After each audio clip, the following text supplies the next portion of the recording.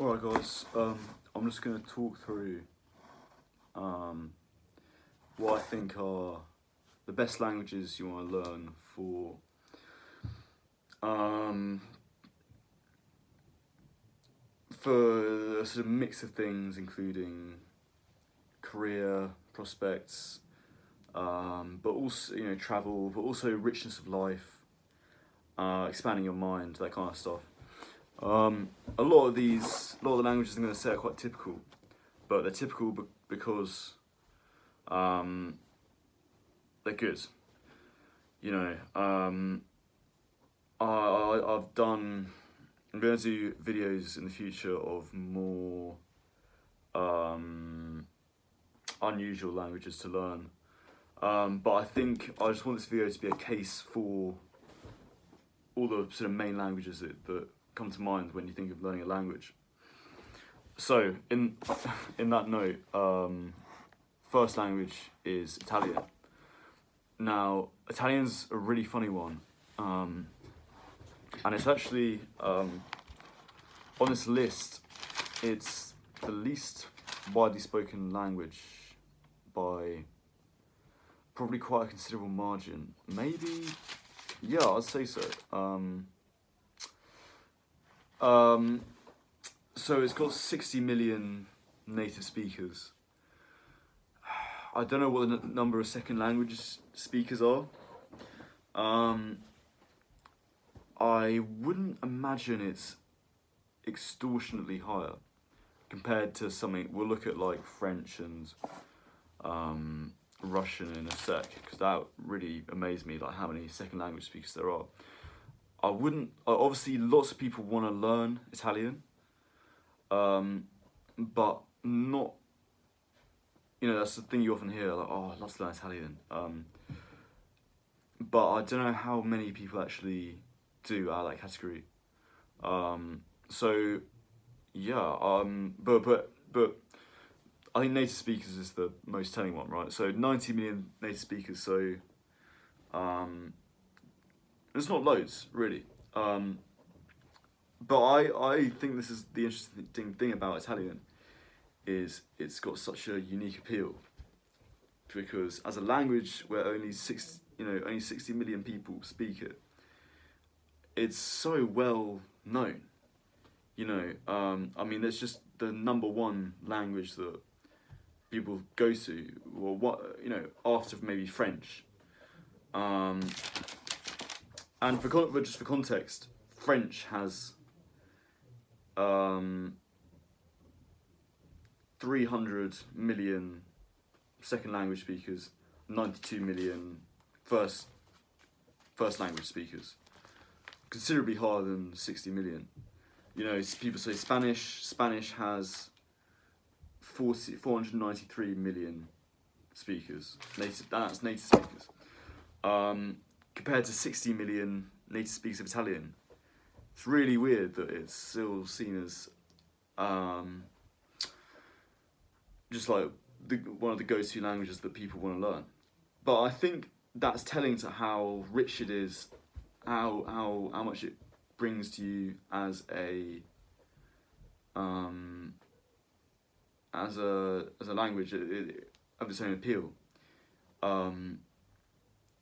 It sort of indicates the value of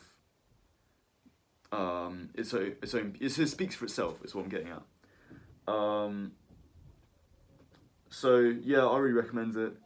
It's very, out of all the languages on here, it's on the easier side of things.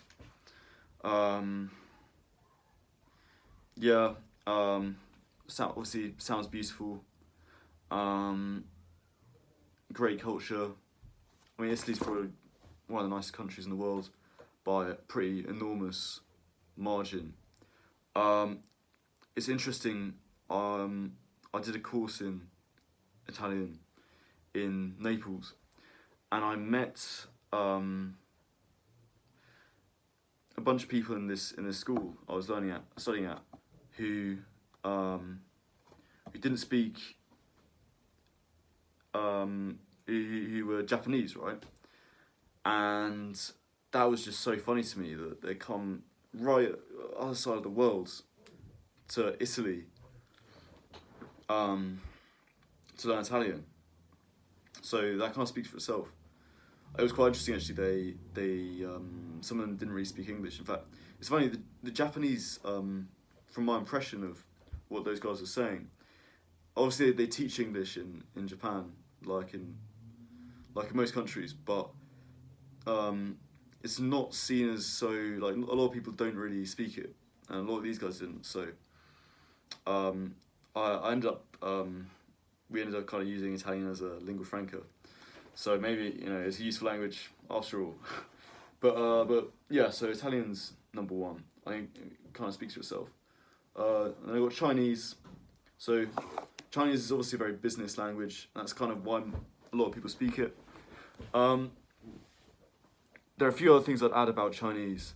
I think, so I studied a bit of Chinese. I really can't speak it very well at all. But I wish I spoke it better, because whenever I meet someone Chinese who's like from China in like Manchester, they always, I don't really say it so much now because I've stopped studying it, but if I say I study Mandarin, or I studied Mandarin, they're always very keen to speak to you in Mandarin, compared to like, if you've ever tried to learn French, you'll know the experience of trying to speak to a French person in French is just a losing battle. But the Chinese is really opposite. So that's another. It might seem like a bit of a weird thing to include, but I think that's another thing that's really nice about Chinese, is you can just it's quite easy to converse in it, and obviously like a lot of because Chinese is a big country. A lot of Chinese people don't really, there's not the same need to speak Chinese, to speak English in China as there might be in other countries, because it's such a big player in business. So that's quite interesting.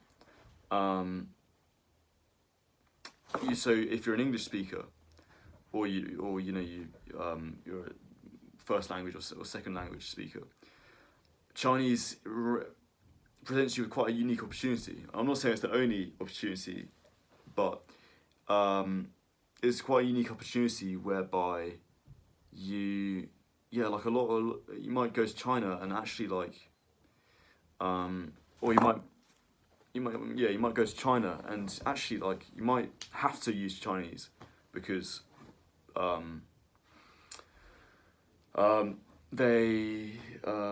you might not find people who speak English. At least I've not been to China, so I don't know. Maybe people can correct me on that. But that's the impression I get when I've looked at which countries have the lowest rates of English speakers. So that is quite interesting for that point of view. And then the other one is presents you with a new way of thinking, which is very unique to languages. So obviously I'll talk a bit about different scripts we've got Russian and Arabic up next. But I think Chinese is very unique in new scripts, because not only is it different to the Latin alphabet, but it sort of embodies a philosophy which I quite like. So there are lots of it's really long learning about the characters. It's quite difficult, but it is fascinating, because there's a kind of implied philosophy behind it. So, for example, the word for he or she, or it, which is ta, in Chinese, it's basically, it's the same, pronounced the same way for all three, right? But basically Chinese breaks up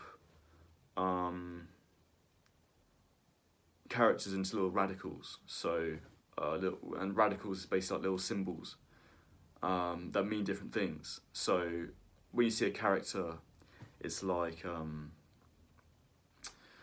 it's a combination of radicals. So, like, for example, if you've ever seen, this is so that, can't really see it, but that is like the first. That means the middle in Chinese, right? You might have seen that on. You might recognise that from. It's on. Comes up a lot in Chinese.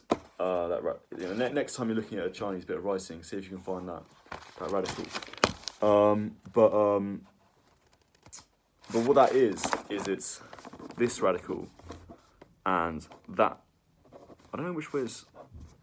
And that radical like put together, right? So it's this straight line, but it's horizontal in the map, and then the sort of a square, and those are like, you see those in their own rights, but then they combine together to make that. So that's a very basic example, and they all mean different things. So, for example, the square on its own means mouth, and the line means one, and they says so like the mouth, the square, comes up in characters quite a lot to symbolise eating. So, but anyway, back to my example. The word for he or she, the symbol, there's a sort of another radical symbol, which is for a man, and there's another one for a woman, and that is how the character is written. It depends on whether, if it's a man it's referring to, it has the man radical, but if it's a woman that it's referring to, it has the woman radical. And there are lots of interesting things like that just make you think about the world in a different way. So that's cool. So I mean, obviously I want to keep it fairly practical, because I think you do want to have a fairly level head when it comes to learning languages. But that is an interesting aspect of Chinese. So yeah, Chinese, very good one. And obviously, like, it's got the largest amount of native speakers in the world. I'd be interested to know that figure. I haven't actually got the figure written down, but well, look it up. It's a lot. Arabic. So obviously good for business. A lot of money in places like the Emirates, Saudi Arabia. 360 million people speak it, so that's loads. And the amount of diversity there is ridiculous. So you got like Africa, like Northern Africa. You got but then you got Egypt. You've got, I mean, that's amazing, isn't it? You know, basically that whole top bit of Africa is just all speak different dialects of Arabic. So right from Morocco to Egypt, there is like a form of Arabic. Yeah, that's really cool actually. And then you got obviously you got the Arabian Peninsula, which I think that's the sort of seat of the language. That's where the language is originally from, and then the caliphate sort of spread across Africa. So you got the Arabian Peninsula as well. Huge chunk of the world, right? Huge chunk of the world. And a lot of people make too much, I think, of the dialect disparity. So I don't speak Arabic, so I can't vouch for this. But I generally think the problem with a lot of languages is people get really bogged down in the details, because the details are quite interesting. Like when I studied biblical Greek, they said like there's a bit of a difference between biblical Greek and Attic Greek, like ancient Greek. And like, no, there isn't. There really isn't.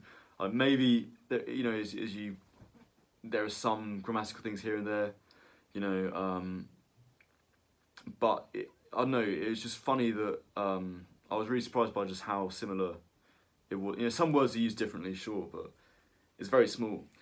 And I was kind of like, well, why are we calling one biblical or Koine Greek, and why are we calling one Attic Greek? Like they're just Greek. You know what I mean? And I think it's slightly the same in Arabic. Like, I'd be interested to know from people who actually speak it. But I think a lot of like people say, oh, Egyptian Arabic, Gulf Arabic, Lebanese Arabic. They're all just really different. They're kind of different languages in their own right. I know I push back on that slightly when people say that, because I just think it's easy to get a lot of that is just very intellectual, and you shouldn't let it discourage you. Basically, like, yeah, I don't know. Maybe people can correct me if they think I'm wrong, but I think you can make your way pretty well once you learn one dialect, or once you learn the written version of the language.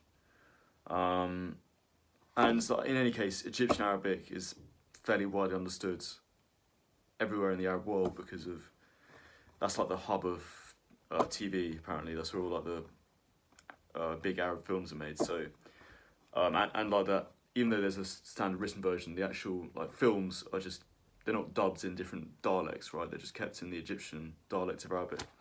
So like people can understand Egyptian Arabic quite well.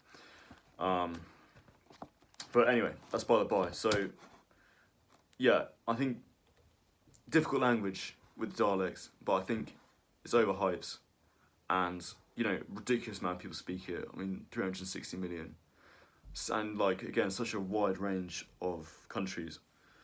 And it's very practically useful as well. Okay, number 4, Russian. So Russian really surprised me. So, because obviously Russia is a massive country, but a lot of, like about half of it is uninhabitable, because it's just Siberia, right? Like there's nothing there. But even then, like there's still a massive chunk of it that is inhabitable. So again, like people say, oh, why would you learn Russian? Like, I swear no one lives there anyway. It's like, all right, yeah, half of it is uninhabitable, but it's like it's still the biggest country in the world. Like, I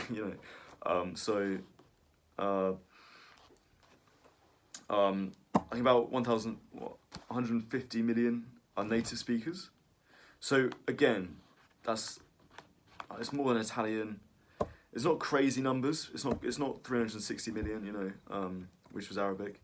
It's not crazy numbers, but what really surprised me is how many more people speak it as a second language. So, according to the things I looked up, 258 speak it as a total, so including second language speakers. So that's crazy, guys. That's almost double. Not quite, but just under double of the native language speakers. That's a lot. And a lot of that is places like the sort of Caucasus region, Ukraine, Moldova, which is really interesting. Really interesting part of the world. I think Bald and Bankrupt, if you know him, he can get by with it in Georgia, which is obviously has its own language, which is also very interesting. It's not on this list, by the way, but really cool language. But it's interesting that you can get by with it in Georgia. So it's interesting. I guess that opens up certain parts of the world where English is much less useful. But the other big thing, I think, just going on I want to keep in this path of richness of life as well. I think it's got amazing literature. So really those Russian novels of the 19th century are probably, I think, really good, really important to read for understanding of philosophy and just an interesting time in history. I say that having not read a great deal of them, but I don't know. I just think that's an attraction for me anyway. I think to study Russian, great music as well. Belarus got an amazing post-punk scene, if you're into that. And that was one other thing I was going to say. Oh yeah, well obviously, it's current affairs. You know, war in Ukraine. It's obviously a useful language as well. Moving on. Portuguese, very underhyped in my opinion. So it's weird, like unless you like really invested in languages, you might not know this, or maybe you do. I don't know. I didn't really realise it until I really got into languages. But 250 million people speak it. So Portugal, obviously Portugal, but Brazil speaks it as well, which is weird because you think like, oh, South America, Brazil, sure it speaks Spanish, but no, Portuguese. Yeah, very underhyped. I mean, obviously we'll talk about Spanish later, but it's crazy, isn't it? It's crazy. So yeah, very lot of people to speak to in Portuguese. Lovely place to go to. Brazil sounds like a really interesting place. So yeah, I think it's a bit of an underdog compared to Spanish, but yeah, really worth your time learning it.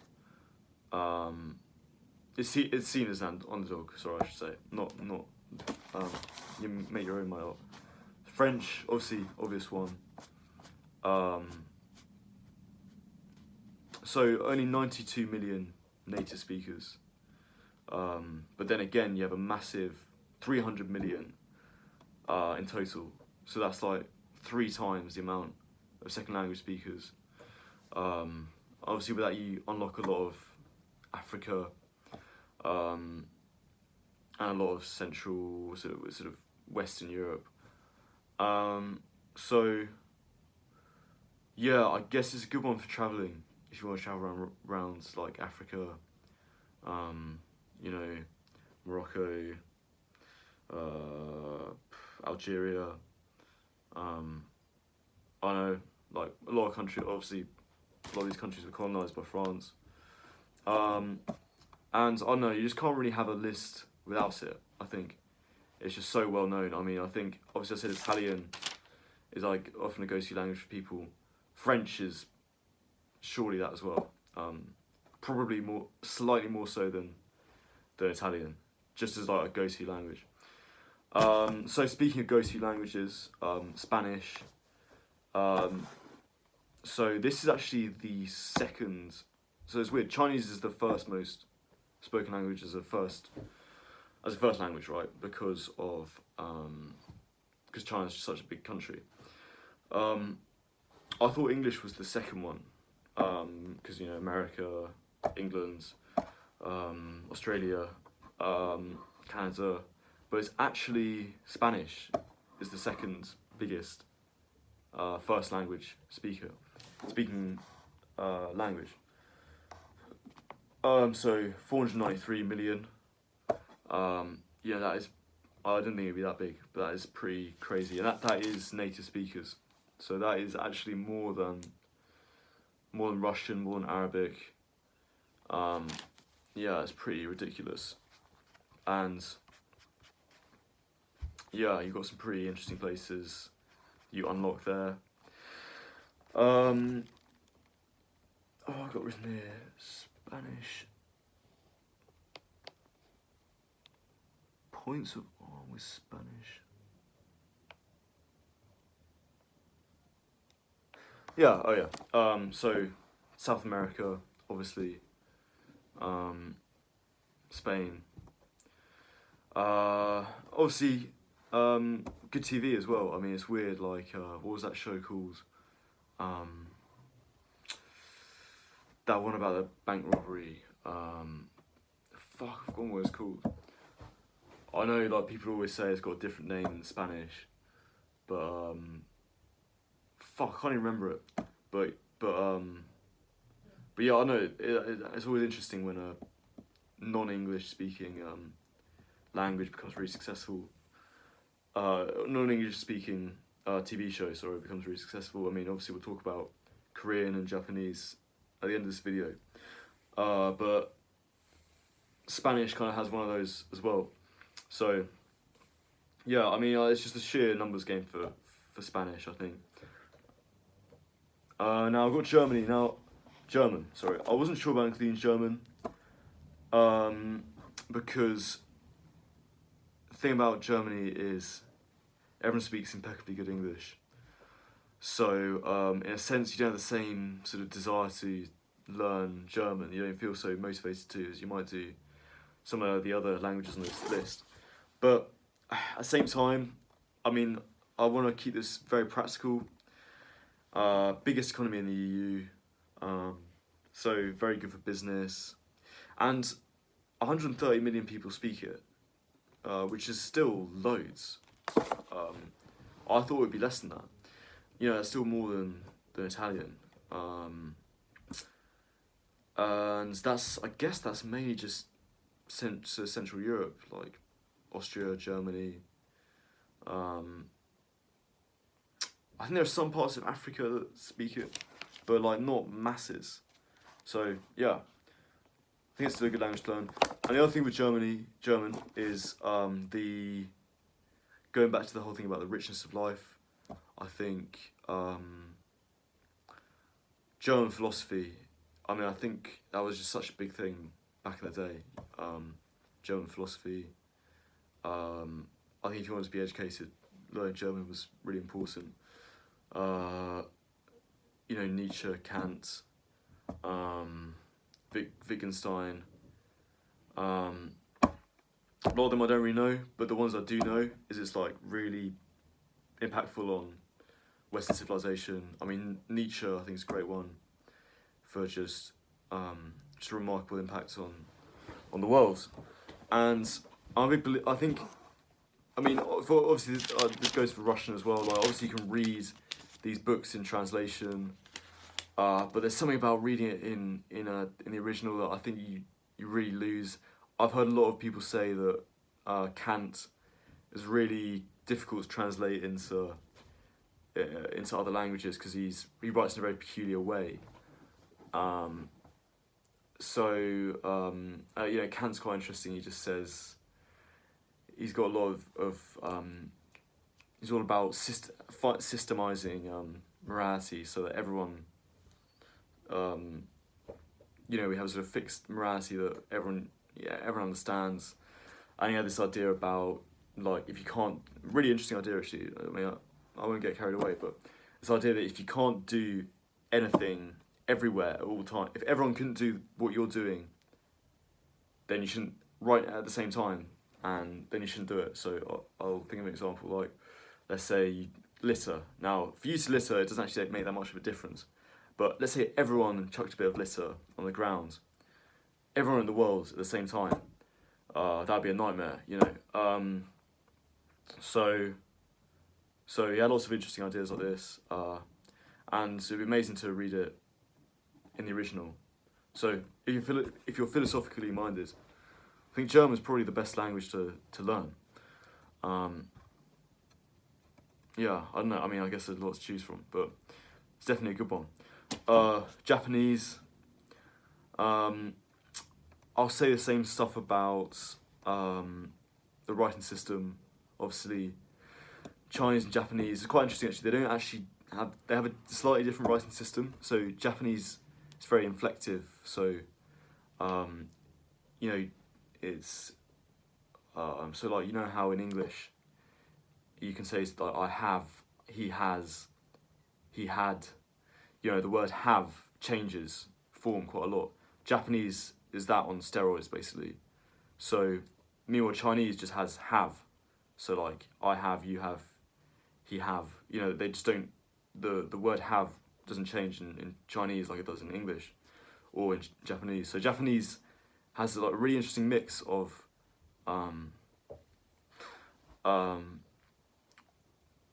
Chinese characters that convey meaning, but then they also have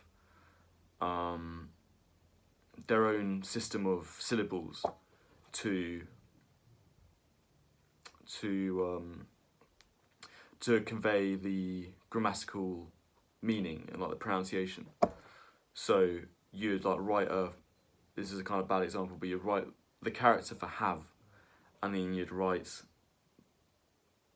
you know, the sort of, if it's, let's say it's had, then you write the sort of letter D in Japanese, in the Japanese syllabary. Obviously it doesn't work like that, but that's kind of a rough example. And it's a really inconvenient system, and it's really inconvenient to type on keyboards and stuff.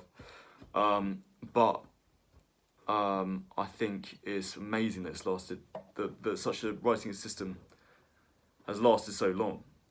So, despite how inconvenient it is, you know, obviously Chinese is difficult to learn, but it's actually quite simple. If you actually know the characters, it's quite simple. But Japanese is just, it's a sort of, the only example I know of a language that takes, you know, most languages either go for a syllabary or Chinese characters, basically. And most languages in the world have chosen some kind of syllabary. Japanese is the only example I know of where they've done both. So I think while it's inconvenient, like I said, and that's got disadvantages, that will hold you back learning it. I think there must be something going on there, like with the, you know, Chinese. There must be something on a philosophical level, or there's something there that just keeps it being used. Because there's, you know, it's like, it's not like that way of writing is going to disappear overnight. There have actually been a lot of attempts to simplify Japanese writing, to give it English, like Latin characters and stuff, but it's always survives these attempts, which is really interesting. And obviously Japanese media is huge for business, lovely country, so can't recommend it enough. And then finally Korean. So like I was saying, really weird how Korean TV is just taken over, basically. You know, like before Parasite, obviously there are like great shows in Korean. I've not really watched them, but I know like people say a lot of good things about K-dramas. But it's interesting that Parasite just comes seemingly to someone like me who's not really doesn't watch a lot of like that kind of stuff. Just comes out of nowhere, and yeah, seemingly out of nowhere, and gets what was it? It got a best film or whatever it was. Yeah, and I find that really interesting. And then not only that, you get Squid Games as well, and you know, like the Spanish. I still can't remember what the fuck it's called. That Spanish Netflix series that was big.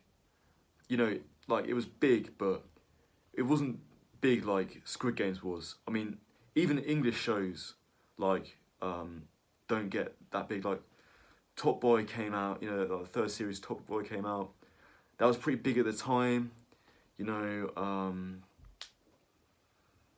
I guess, you know, American TV series come out, and it's quite a big deal, but it's nothing like Squid Games was. I mean, that was just great. You know, the world just went crazy when that came out. So there's something really mysterious in Korean TV that's going on. That it'd be nice to, you know, it really puzzles me, and I'm sure you get. If you understood the language, you'd get a better sense of it. I mean, I know a lot of people say that the subtitles aren't very good on Netflix for Squid Games, and I can believe that. I think, yeah, I mean, it's difficult because obviously there's to a certain point you just got to say, you know, they do their job, it conveys the message, like what else matters, but I'm sure there's a lot of nuance that you miss out which would make the show really interesting.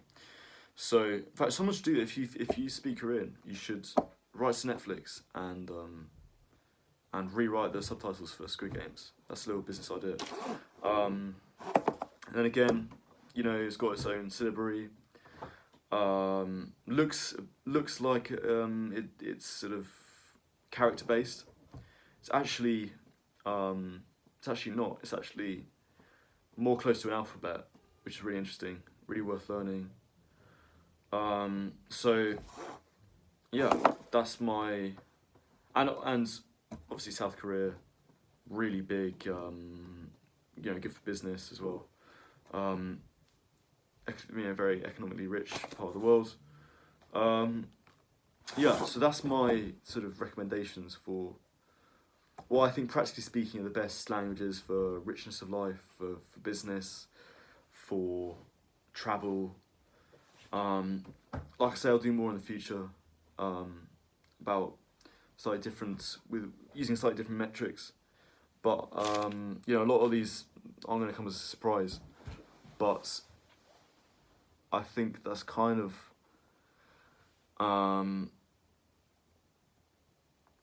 they're not surprising necessarily, but they are